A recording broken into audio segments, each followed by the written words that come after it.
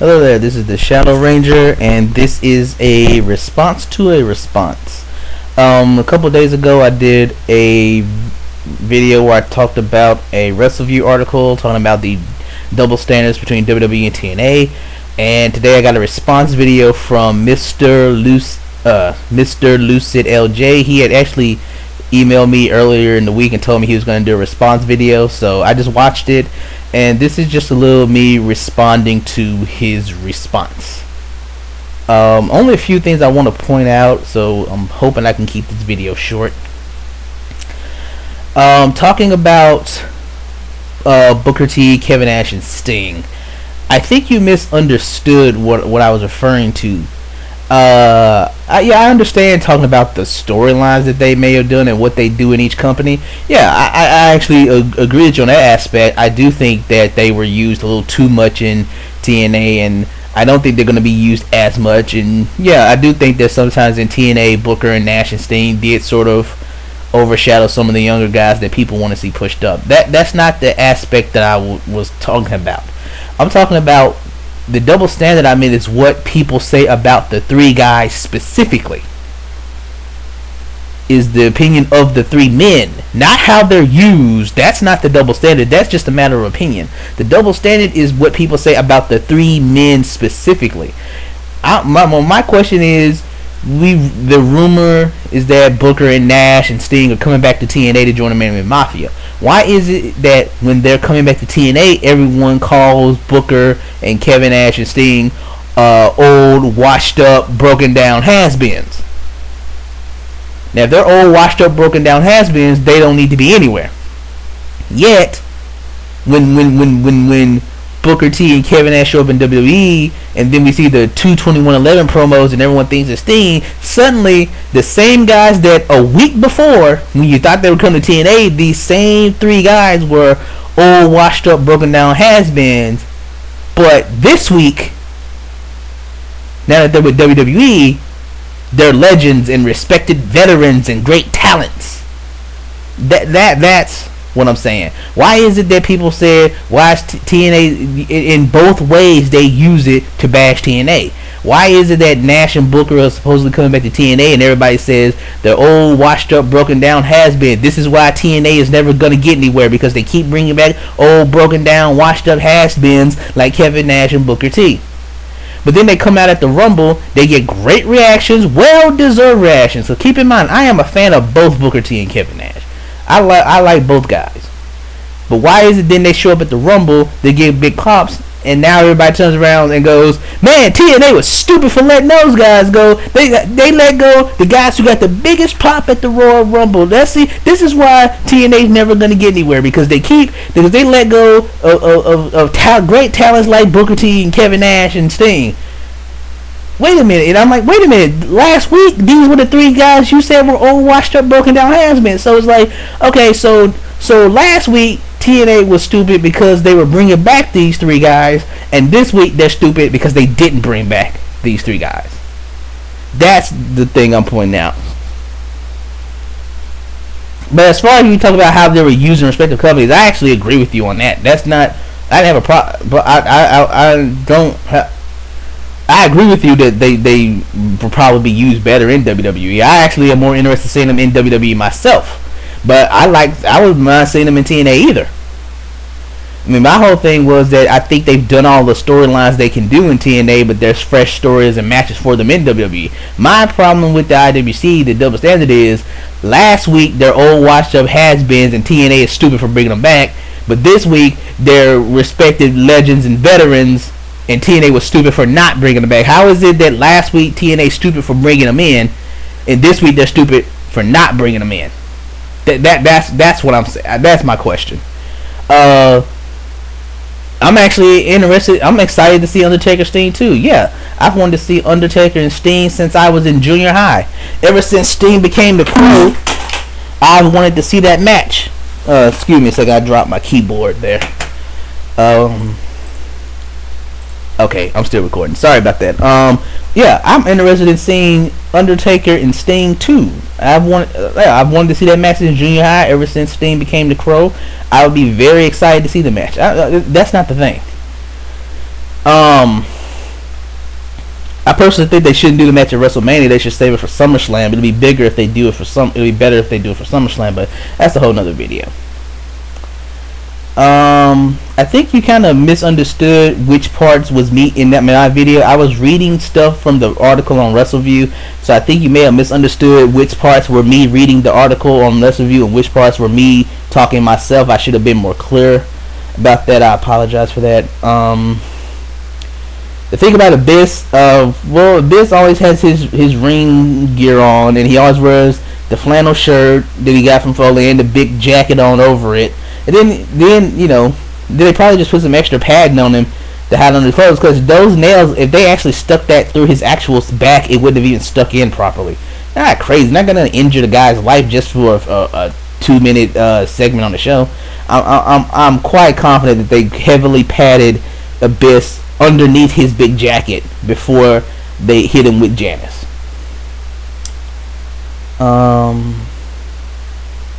Talking about Jay Wild, the guest host thing. Again, reiterate, my point is, why is it that TNA brings in Jay Wild once, and yet it gets more hate than a year of guest hosts? We sat through a year of guest hosts. We sat through a year of them screwing up names, Summerfest, Kofi Johnston and shit. We sat through Napoleon Dynamite and being in pretending to be Flair and wrestling in matches. We sat through just the dumb skits. We sat through Gruber blowing up R-Truth, and now to be fair, Bob Barker was fantastic. I love that episode. He was amazing.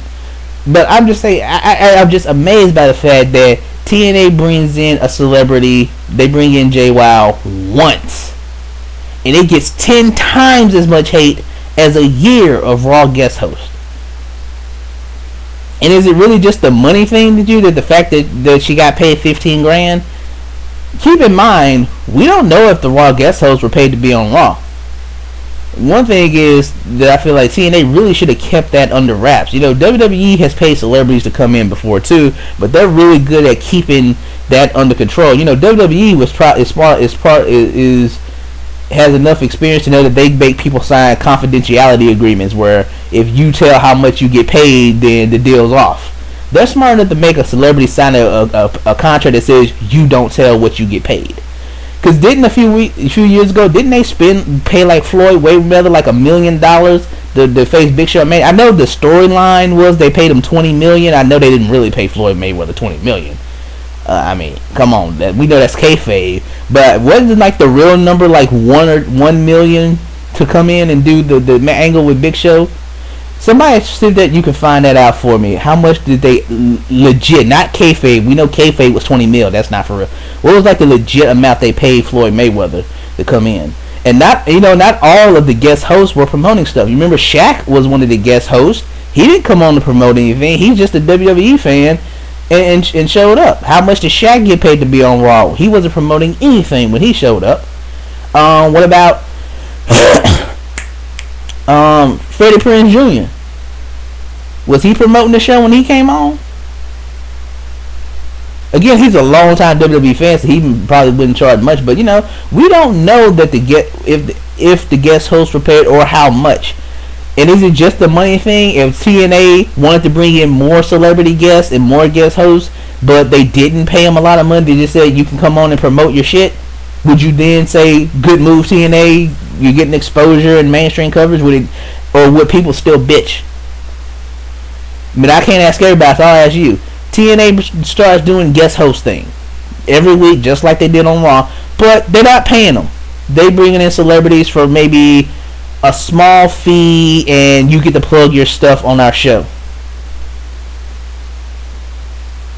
Would you then say, come on and praise and say great job? I mean, would you, if it got them some publicity, would you be okay having Napoleon Dynamite get in the ring and wrestle Eric Young? Who's to say?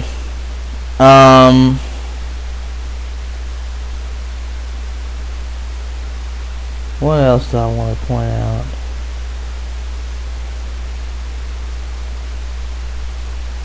Santino thing. Oh, talking about Santino and Eric Young. I mean, funny is a matter of opinion. What one person finds funny, one person may not. I'm not gonna lie. I find Santino to be funny. I also find EY to be funny. I'm saying, why is it that to the most of the IWC, WWE can have Santino out there? They can have the Great Khali be the Punjabi playboy and do a gimmick where he just kisses ugly women on Kiss Cam.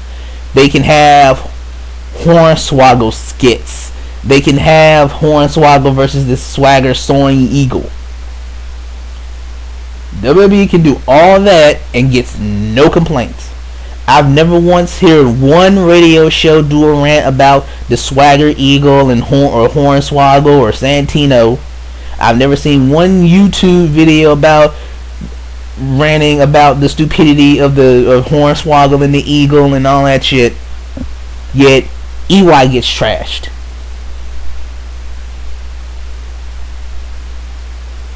And yeah, they did some weird thing where he got a knock on the head, but EY had been doing comedy way before that. Screw the freaking concussion thing. Smack him on the head again, his concussion's gone. I don't know. They can end that thing and stop talking about it and do something completely different with him and let him be comedy again. But he was comedy way before he got the bump on the head. Why is it he can't do comedy? He wants to do some comedy, is dumb. But those same people who complain about that will sit through Punjabi playboy, Hornswoggle, guy in a bird suit, Santino. it just amazes me. And dang, I'm at 11 minutes and 56 seconds. Really? I didn't think it was gonna be this long. Alright. To get to your last part of your question, you asked me if I'm like jaded WWE fan. I'm not angry with WWE. I don't have a problem with the WWE. I mean, I have my complaints about the WWE, but I mean, I still watch Raw every week. But mainly I just watch Raw. I really just don't watch SmackDown that much.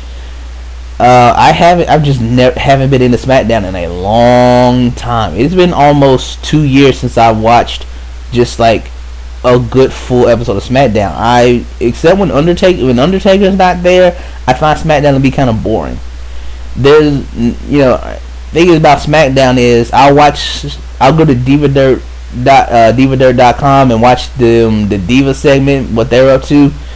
Because Laycool are pretty much one of the only few interesting things on that show to me. Everybody else on SmackDown I find to just be boring. I'm not interested in anything that they do.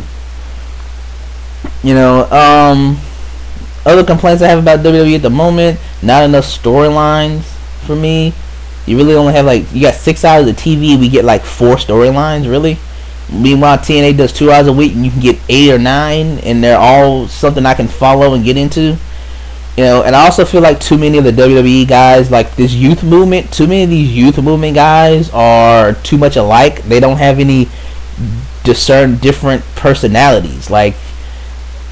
Outside of the normal stuff, well, this guy's from here and this guy's from here, personality-wise, look at Alex Riley, Ted DiBiase Jr., Dolph Ziggler, and Drew McIntyre. Outside of the bio stuff, personality-wise, how are they different? Too many of these youth movement guys, they look like just frat boys.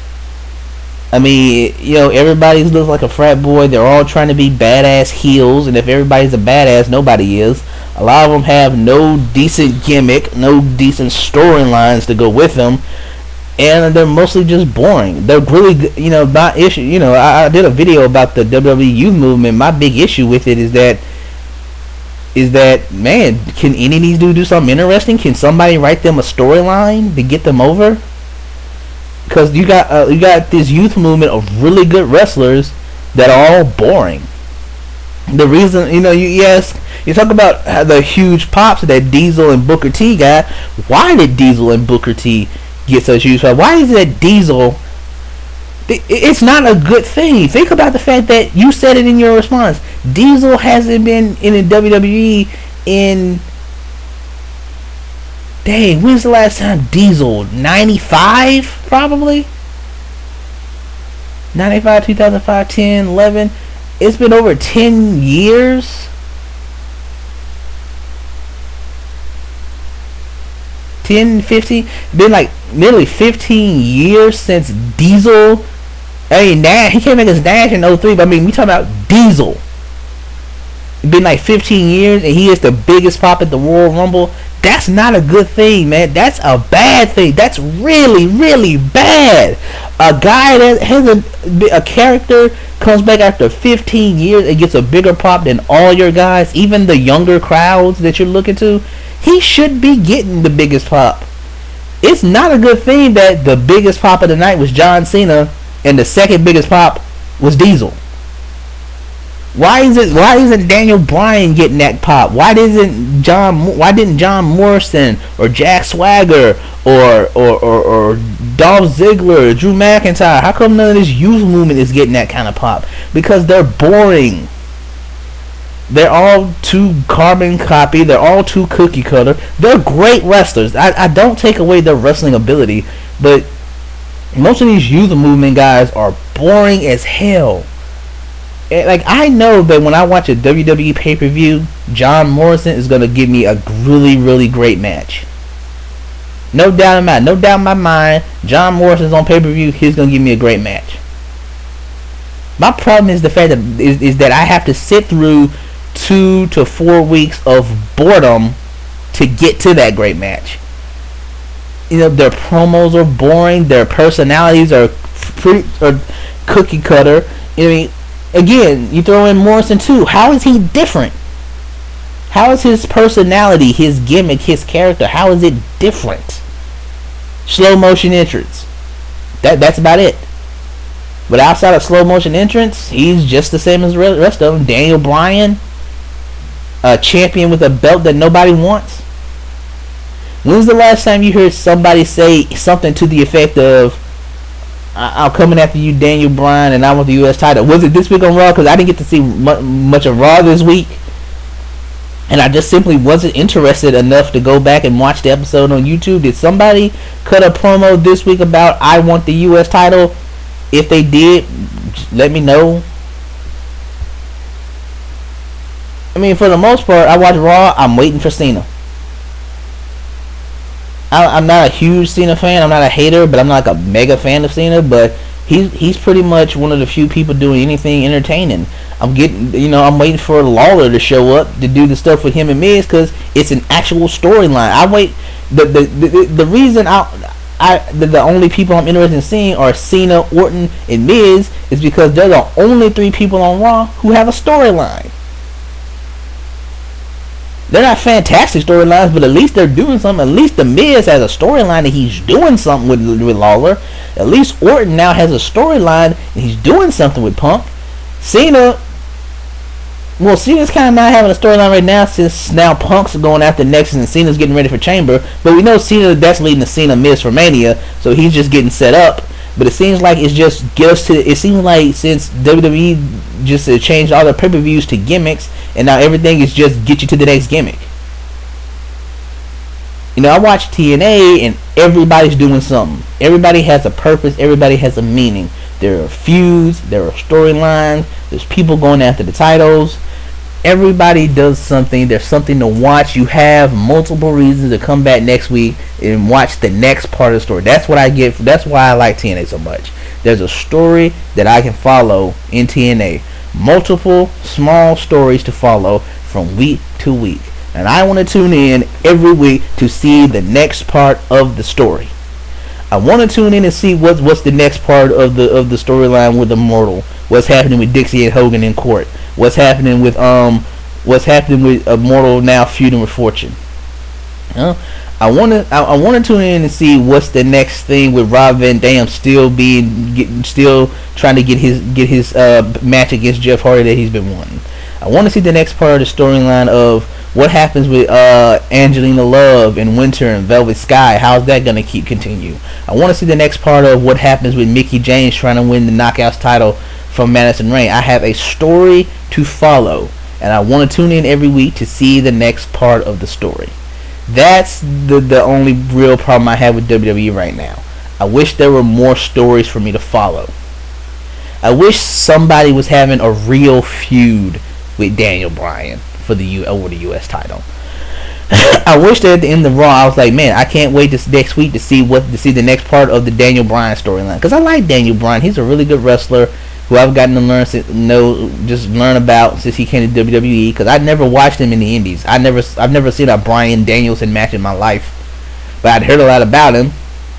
He came to WWE, like, man, I've heard people talk about this guy for years. Let's see what he's got, and I like the guy.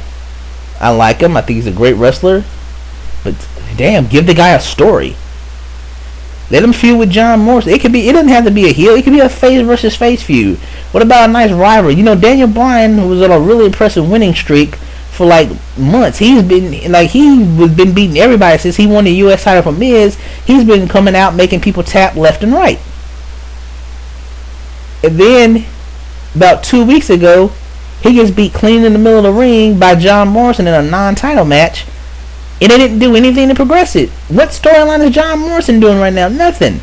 What storyline Daniel Bryan? I would love to have Daniel Bryan come out and say, 2 weeks, I need to address something, and show the clip 2 weeks ago of him getting beat by John Morrison, and him saying, I've been on a roll since I won this U.S. title, and then I got beat by John Morrison, but, I want to challenge more to rematch because I know I can beat him. I mean, that I could get into that for WrestleMania as a WrestleMania match, just a respect thing. I want to prove I'm better than you, and let's have a match at WrestleMania, or have a match the next pay-per-view. Just something I can follow, But this video is already going way long. God damn, I'm at 21 minutes. Fuck. Okay, I'm sorry. I did not intend for this to go over 20 minutes, so I'm gonna end this video right now. This is the Shadow Ranger. Thank you for listening. Have a nice day.